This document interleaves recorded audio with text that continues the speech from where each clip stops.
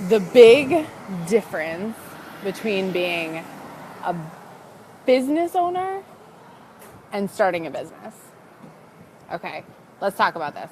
I'm Emily Benson. I am founder of Stylish and Successful and author of the Ultimate Boutique Handbook, available on Amazon. And if you're joining me live, say hi below. If you're watching the replay, tell me what your name is. Tell me where you're from. I'd love to say hi to you. And here's the deal, guys. I have started a few businesses now, and I've worked for a few businesses, some bigger businesses I've worked for. And I see a lot of you out there starting businesses. So I talk mostly to retailers. I talk to boutiques. I talk to retail business owners, LuLaRoe business owners. And it's really easy to start a business. It's really easy. Honestly, once you get past the fear, once you get past whatever, it's easy to go ahead, set up a website, buy some inventory, design a logo, do the things you need to do, right? If you're past that stage, if you're past the fear stage, you're past the which a lot of people honestly stay stuck in for a long time. If you made it past that stage, great, awesome. You started a business, right? What's the difference where you need to up level again? What makes you a true business owner? What makes you able to stay in the marketplace for longer than 6 months, longer than a year, longer than 2 years, right? I've been an entrepreneur now for 5 years. I've started multiple businesses. I'm almost at 6 years. And what I see the biggest difference is, I really feel like there's 3 huge differences between starting a business and truly being a business owner. Okay, so I'm going to go over those now. Like I said, if you're watching the replay, please say hi in the comments below. It's really easy for you to jump on here, watch some of my replays, and let's start a conversation. Tell me if you've had a business for 6 to 10 months, 6 to 12 months. Tell me what you're struggling with most. And if you've had a business for longer than a year, maybe a year, 2, 3, 10 years, tell me what you're struggling with most. What's the difference?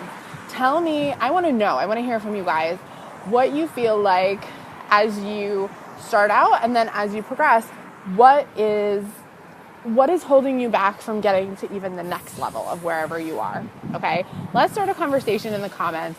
I'm going to give you my top 3 things that I see in terms of making a pretty big difference in terms of starting a business and then being a business owner. So, okay, so first of all, when you become a business owner, you create strategies. Okay, you have a growth strategy, you have a marketing strategy, you have a sales and markdown strategy, you have a buying strategy. You actually have thought these things out, and you are putting numbers to it. You're putting action to it. You are actually putting forth your strategies and executing them, right? That's a huge difference between someone who started a business and then someone who is actually running their business. So I'll tell you from my perspective right now, one of the big things I've been doing in terms of strategy is figuring out how to get all these great videos that you guys are absolutely loving and telling me that you're watching from beginning to end. How do I get these on YouTube, right? That's something that I'm figuring out, because I want my YouTube channel, by the time January 1st, 2017 hits, I want to have 100 subscribers on my YouTube channel. Okay, so see how I laid that strategy out. That strategy included data, included number, right? I want to have 100 subscribers on my YouTube channel. Right now I have 0. So I have about 8 to 10 weeks to get those 100. So I have 10 a week. So what do I need to do to get those 10 a week? That's what I'm looking at. That's what I'm researching. That's what I'm trying to figure out. How do I do that? And I'm trying to use my best practices, right? Guys, you don't have to reinvent the wheel here. There are people out there that are doing this. There are people out there that have done what you're doing. I hate to bring it to you, but you're not doing anything new, okay? And that's not to be negative. That's to say to you, listen, like, there are benchmarks you can use. There are standards. There are ways that you can look at what other people are doing and use them for yourself and your own business, right? So who am I going to go to figure out how to get my YouTube channel to 100 followers? I'm going to go somewhere like video influencers, and I'm going to watch their videos. I'm going to download their free worksheet. I'm going to try to understand as much as I can to figure out how to grow that YouTube channel. Okay, so the first thing is you have a strategy, whether it's a sales strategy, a marketing strategy, a growth strategy. I don't care what it is, just please freaking have a strategy. Okay, if you come to me and you say, oh my gosh, I'm so good at time management, and you don't have certain things in place strategically or just like business format wise, I'm going to say to you, guess what? You're not actually managing your time well. You're telling yourself that story to hold yourself back. And again, that's a fear thing, right? Fear, limiting beliefs, they're always coming up. They're always going to be an issue. So how are you addressing them? Who are you working with? What are you reading? What are you listening to? Something to think about, something to talk about. Okay, the second thing that separates starting a business to being a business owner is, are you ready for this? And again, if you're just joining me, I'd love for you to say hi below in the comments. I'd love for you to tell me where you're from, what you do, what's your business? Are you an entrepreneur? I want to hear that. Okay. The second thing is consistency. Consistency. Okay. So again, I work with a lot of entrepreneurs, and one of the biggest things I see is their lack of consistency. And it can be lack of consistency. Generally, I see it around marketing, or I see it around their messaging or their story. There's no consistency there. There's no frequent action being taken, right? And most likely it's because they don't have a strategy. So that makes sense, right? It's all pretty logical. And when you're not consistent, it's going to hurt you, okay? Every single online, this is especially if you're running an online business, online boutique, maybe a flash sale site, an Amazon business. Here's the deal, guys. If you're not consistent, all of these social media platforms aren't going to work for you. They're just not, because they are going to help people who are consistent with their business. They're posting multiple times a day. They're using hashtags. They're interacting. They're engaging with their customers. Social media sites love consistency. So if you tell me that the reach on your Facebook page isn't going very far, you know what I'm going to say to you? I'm going to say, well, how often are you posting? What are you doing to engage customers? What are you doing to talk to your clients on a consistent basis, right? You know, if you have a website, one of the easiest ways to stay consistent, and I heard this about, one of the things I learned about building my YouTube channel is that the more consistently you post, the more consistently you put a blog post up, Google's going to search that more. YouTube's going to rank you higher in search results because you're being consistent. Social media platforms don't like it when you come on, you do one thing and then you disappear, right? And I see so many freaking business owners doing that. It's driving me freaking nuts. Like, show up. Why do you guys watch my videos? Because I show up, right? I'm here at least 2-3 times a week, if not more than that, right? I'm showing up. If you're in one of my Facebook groups, what am I doing? I'm showing up. I'm there. I'm answering every question. I'm commenting on everything. I am showing up, and I'm being consistent about showing up, right? There isn't generally a week that goes by that you don't see me in my group, that you don't see me here on my Facebook page, on video, on a post, right? So, and that, trust me, that's completely turning into things for me. That's turning into sales. That's turning into group programs. That's turning into working with more amazing women, right?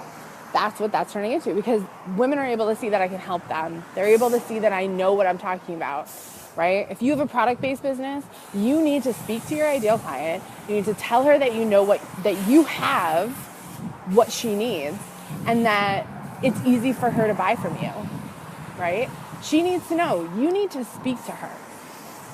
So being consistent about speaking to her is being consistent with your message and being consistent about speaking your message, okay? If you're here, you want to say hi, post in the comments below, say hi, tell me that you're here.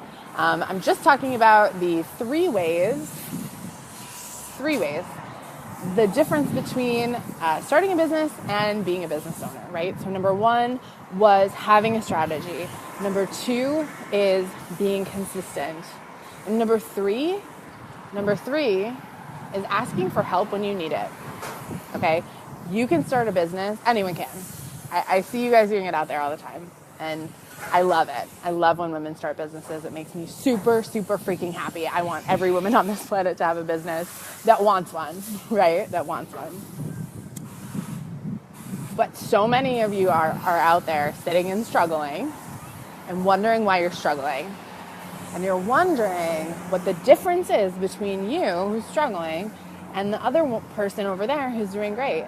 And I guarantee you that the difference is either that they're asking for help from either a coach or a consultant or a mastermind partnership, or they're signing up for a group program. They're getting the help that they need to guide their business. Or if they're being successful, they're reading a ton of books and they're listening to a ton of podcasts, and then they're taking action on it, right? It's totally fine to want to learn more. It's totally fine to listen to every podcast. It's totally fine to read books. Like, I am completely in that mode sometimes. But there has to be a moment when you stop doing the research, you start doing the learning, and you start implementing the actions that you've learned, right? That's the biggest between starting a business. Again, anyone can start a business. Anyone. I mean, we have the internet now, people, right? You can start a website for free. Hi Joni. Hi Stacy. Hi guys. Anyone can start a business, right? The difference between starting a business and owning and running a small business is asking for help when you need it, taking action when you need to take action, right? That's huge. And I see I started this business and they started the business great, but they're not making money, or if they are, it's like very little.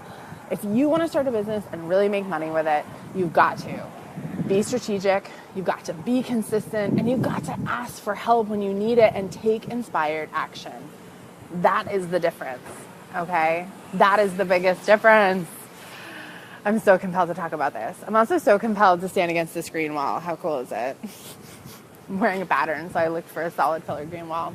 So, I'm Emily Benson. I'm founder of Stylish and Successful.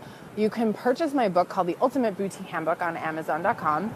And I am traveling the country, traveling the world right now, spreading my message, writing my book, speaking, coaching people. If you're interested in working with me, or you're interested in speaking with me, please send me a message. I'd love to talk to you. One of the reasons I haven't been on Facebook Live the past couple of days is because I've been on the phone with women. So if I've been on the phone with you, then you are one of the lucky ones that I've been able to connect with and talk to about growing her business. And so if you want to connect, please let me know. I'm actually going to jump off right now because this was a really good Facebook Live. I'm pretty excited about it. So I'm going to get off. And I will talk to you guys soon. Thank you for joining me. Like I said, if you're joining me on the replay, please post your name, say hi. I'd love to say hi back to you. And I will talk to you guys all very, very soon. Bye-bye.